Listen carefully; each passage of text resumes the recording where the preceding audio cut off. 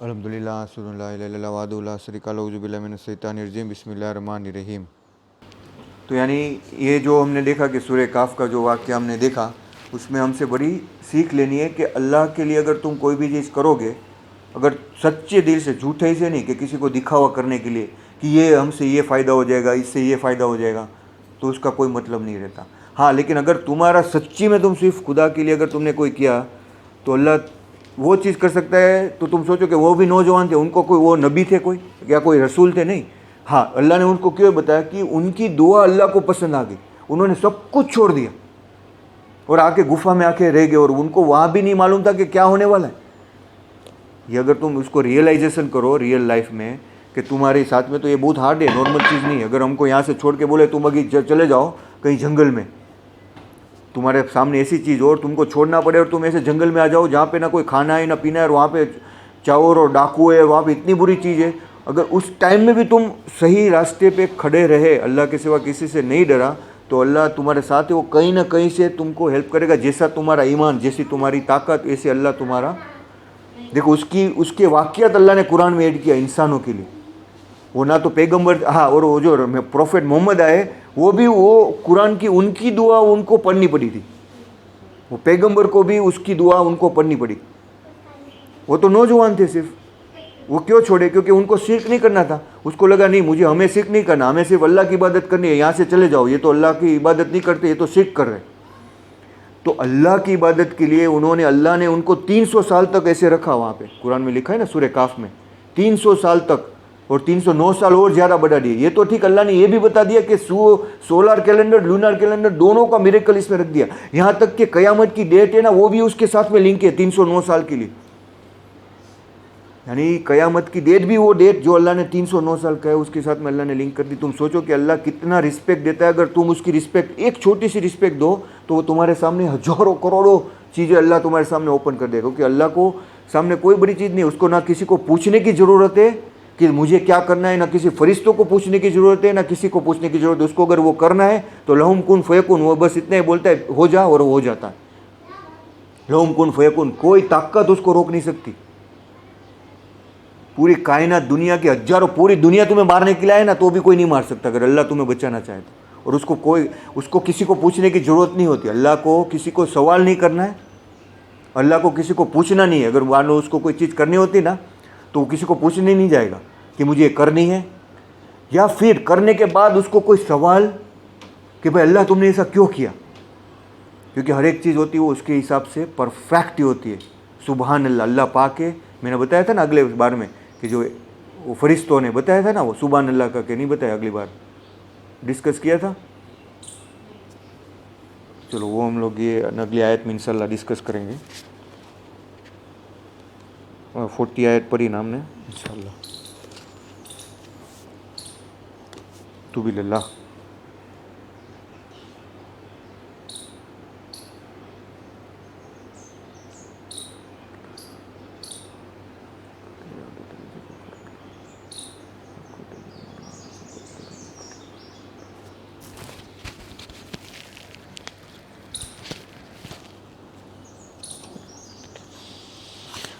अल्हम्दुलिल्लाह अस्सलातु इल्ला वादुल्लाह शरीका लहू बिस्मिल्लाहिर रहमानिर रहीम बिस्मिल्लाहिर्रहमानिर्रहीम। वर्स 41 देखो, अल्लाह क्या बोलता है? इन्नल्लाह युमसिकुस समावाति, युमसिकु यानी मशक्क़त, जिसको हम हिंदी में क्या बोलते हैं? मशक्क़त। उर्दू में मशक्क़त बोलते हैं ना, यही वर्ड इसमें यूज है, युमसिकु यानी कि होल। वो होल्ड कौन करता है? एक्चुअली में वो अरबी वर्ड है मशक्क़त। अल्लाह बोलता है कि युमसिकुस समावाति वल अर्द, आसमान और ज़मीन को किसने होल्ड करके रखा हुआ है? और यानी कि अल्लाह के सिवा कोई और है? ये हम देखते हैं ना पूरी। हम तो यहाँ पे 1 सेकंड में हम क्या बोल देते हैं, 1 सेकंड हो गई, लेकिन 1 सेकंड में कितनी चीज़ हो जाती है हमें मालूम है? पूरे यूनिवर्स में कितने तारों का जन्म हो जाता है, कितने तारे नाश हो जाते हैं। ट्रिलियंस ऑफ गैलेक्सी है ना, ट्रिलियंस ऑफ तारे है ना, बिलियंस ऑफ गैलेक्सी में ट्रिलियंस ऑफ तारे, ट्रिलियंस ऑफ अर्थ है, अर्थ जैसे प्लेनेट है। हम तो, हमारे लिए तो 1 सेकंड ऐसे हो जाते, पर 1 सेकंड में हजारों तारे नाश हो जाते, कितने तारे नए बन जाते।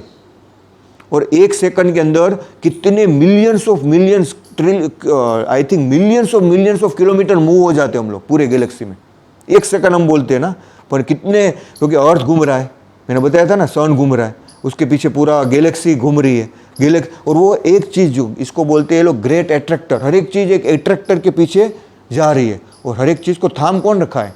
ऐसे ही सब कुछ हवा में है। ग्रेविटी तो हम लोग ये लोगों ने डिस्कवर, ग्रेविटी भी कहाँ से है वो, उसको ग्रेविटी, चलो सन को है, उसको ग्रेविटी किसने दी? तो ये जो चीज़ है ना, ये आयत में अल्लाह बता रहा है, ये नॉर्मल चीज़ नहीं है, इसके अंदर इतनी डेप्थ है। युमस से कुछ समावात वल अर्द, आसमान और धरती को किसने थाम के रखा हुआ है, किसने होल्ड कर, ये मशक्कत जो है ना, ये कोई नॉर्मल वर्ड नहीं है। युम से कोई, यानी इसको होल्ड करना वो बहुत ही ताकत की चीज़ है। अन तजौलु वल इन जालता इन अम सकोहुमा, यानी कि कोई है, अगर इसके सिवा कोई और अगर उसको होल्ड करता तो अभी तक उसका नाश हो गया होता। बोला कोई इतनी ताकत है ही नहीं कि ये सब चीज़ों को होल्ड कर पाता।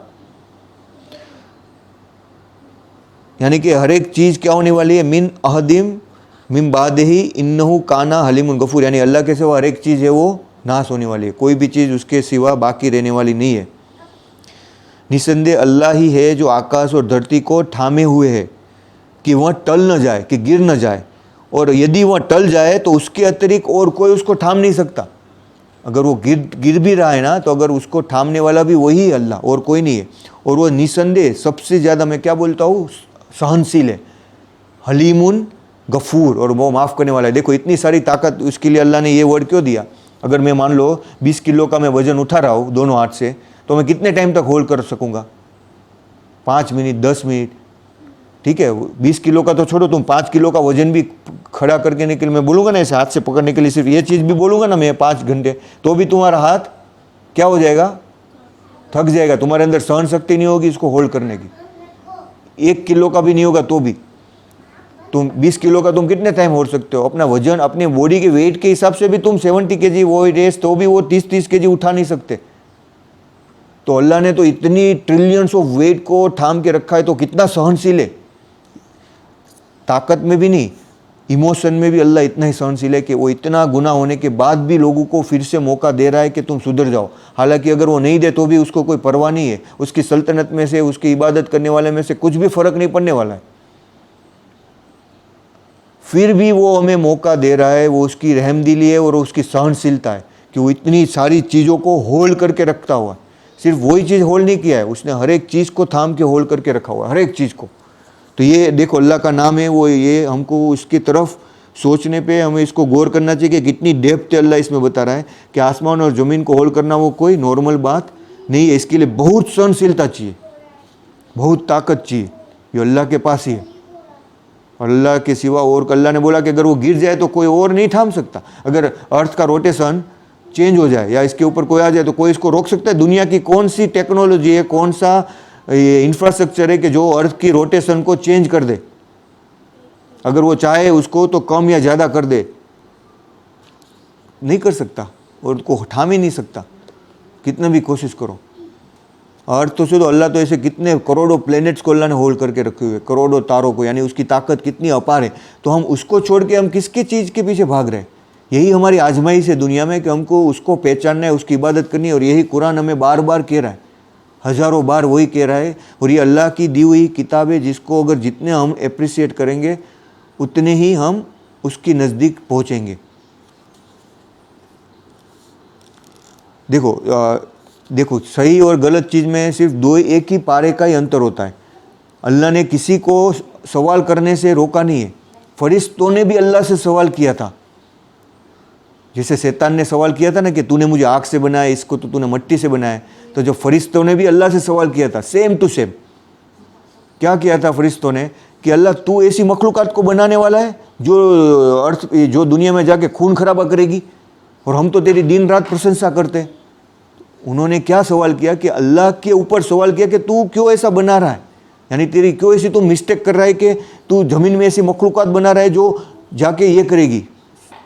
जैसे शैतान ने सवाल किया था ना, ऐसे ही फरिश्तों ने भी सवाल किया था। तुम देखो कोई फ़र्क, शैतान ने क्या किया? अल्लाह, तूने अल्लाह ऐसी चीज़ बनानी मिट्टी से, तूने मुझे आग से बनाया, तू मुझे उसको झुकने के लिए कह रहा है। तो शैतान क्या फरिश्तों ने सवाल नहीं किया था? लेकिन अल्लाह किसी को रोकता नहीं है। लेकिन फरिश्तों ने, जैसे अल्लाह ने आदम को बनाया और जब उसको नाम पुकारे तब उसको पूछा कि अब बताओ तुम इसके नाम क्या है। तो फरिश्तों ने क्या कहा, सुबहान अल्लाह, तू पाक है, हमको नहीं मालूम। उसने पहले एक शब्द क्या कहा, सुबहान अल्लाह, यानी कि उन्होंने अपनी मिस्टेक को एक्सेप्ट किया। सुबहान अल्लाह का मतलब क्या होता है कि अल्लाह कोई भी मिस्टेक्स नहीं कर सकता, अल्लाह इज़ अ प्योर।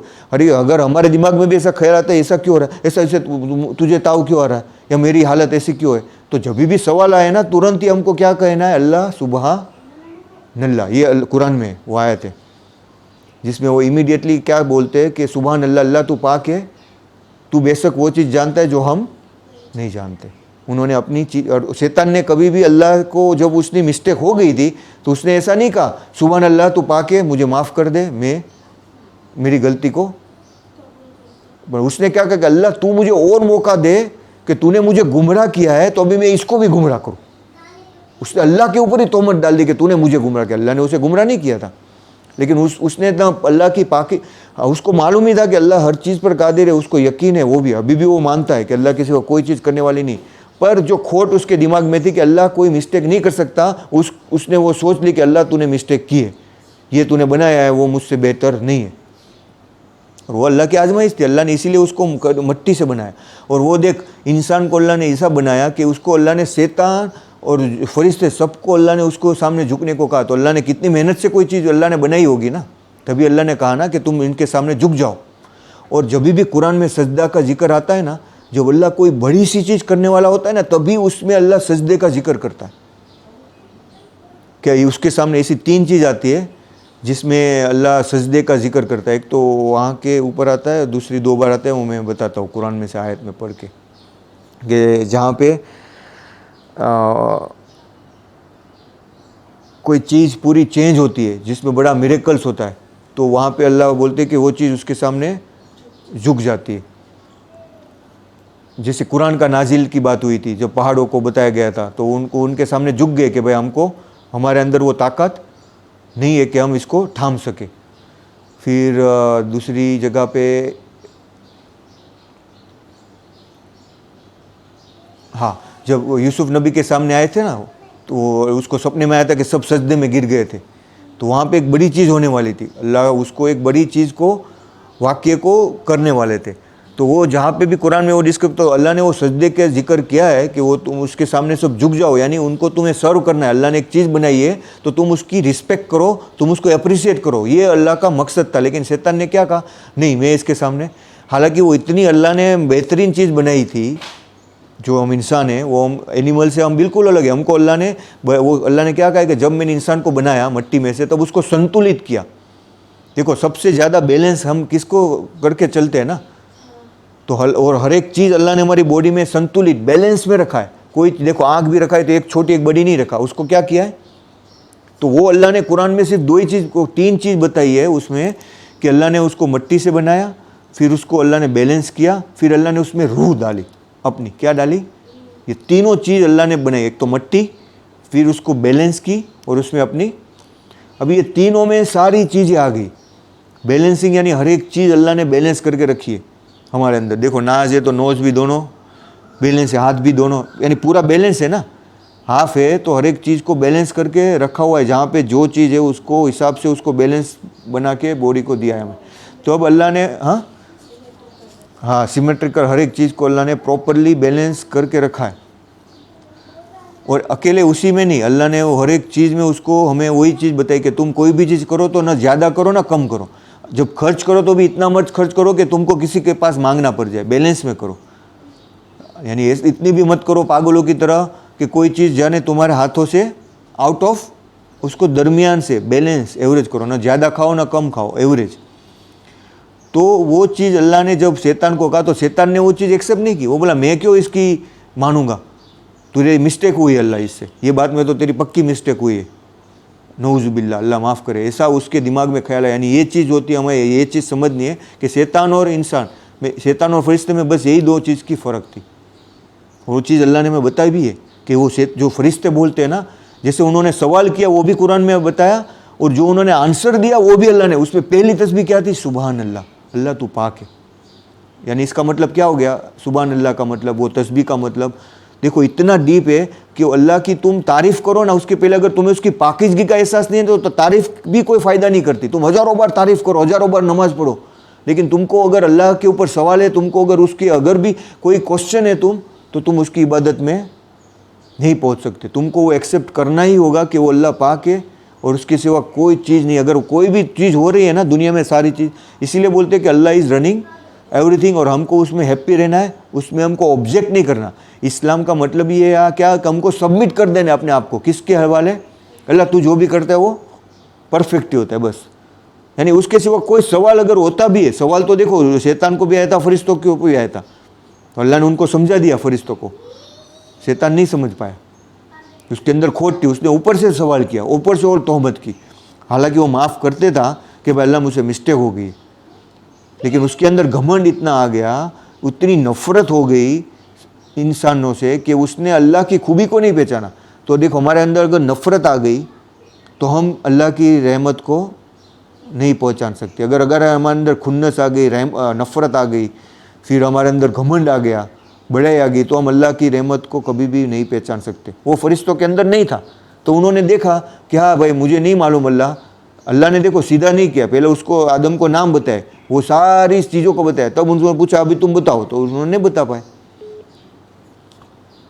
तब उनको जाके उस चीज़ का एहसास हो गया कि भाई जो अल्लाह जो करता है वो, यानी उनकी पहली तस्बीह थी कि अल्लाह तू पाक है, जो भी हुआ है वो हमसे, यानी अल्लाह इसीलिए के बोलता है कि तुम सुबह शाम अल्लाह की तस्बीह करो, सुभान अल्लाह, अल्लाह पाक है। उसको तुम सिर्फ ज़बान से नहीं, उसको तुम महसूस करो। अगर तुम जब हज़ारों बार पढ़ते हो अल्हम्दुलिल्लाह, अल्लाह अकबर, सुभान अल्लाह, लेकिन तुमको मालूम ही नहीं है कि उसका मतलब क्या है, तो क्या फ़ायदा है? तुमको उसका अंदाज़ा नहीं है कि उसका मतलब क्या है, तो कोई फ़ायदा है वो चीज़ का? तो तुम अगर बाद में सवाल ही करते जाते हो, कंप्लेन ही करते, हाँ अगर तुमको कोई पूछता है हाँ अल्हम्दुलिल्लाह बस अच्छा हूँ मैं, बस तुम्हारी हैबिट हो गई है तो तुम बोल रहे हो अल्हम्दुलिल्लाह हाँ अच्छा है, पर तुम्हारा जो जहन है वो तो यही बता रहा है कि तुम अंदर से दुखी हो। समझ रहे हैं? तो वो अल्लाह वो चीज़ देख रहा है, तो तुम्हारे जहन के अंदर है, तो तुम्हारी जुबान से जो बाहर आता है ना वो नहीं देख रहा। तुम जहन से, तुम्हारे अंदर से तुम कितने खुश हो, अल्लाह वो काउंट करता है। तो वो चीज़ हमको, अगर तुम मिलो तो भी अच्छे से स्माइल दो, ऐसे दुखी से मत करो अरे यार ये क्या हो गया आज, ये तो बहुत नुकसान हो गया, नहीं। तो यानी ये तुमने क्वेश्चन कर दिया अल्लाह की इसके ऊपर कि अल्लाह ने तुम्हारे साथ ये नाइंसाफ़ी, अल्लाह किसी के साथ नाइंसाफ़ी नहीं करेगा, किसी के साथ भी अल्लाह बुरा नहीं करेगा, वो हम खुद ही उसके लिए जिम्मेदार होते हैं। तो हमको वो रिएक्ट नहीं करना है अपने जहन में भी, वही हमारी टेस्ट है कि हमको वही टेस्ट से निकलना है। और वही चीज़ अल्लाह ने 41 में भी बताई कि अल्लाह कौन चीज़ को थामने वाला है, यानी अल्लाह के सिवा और कोई नहीं है। 42 अकीमुस्सलात।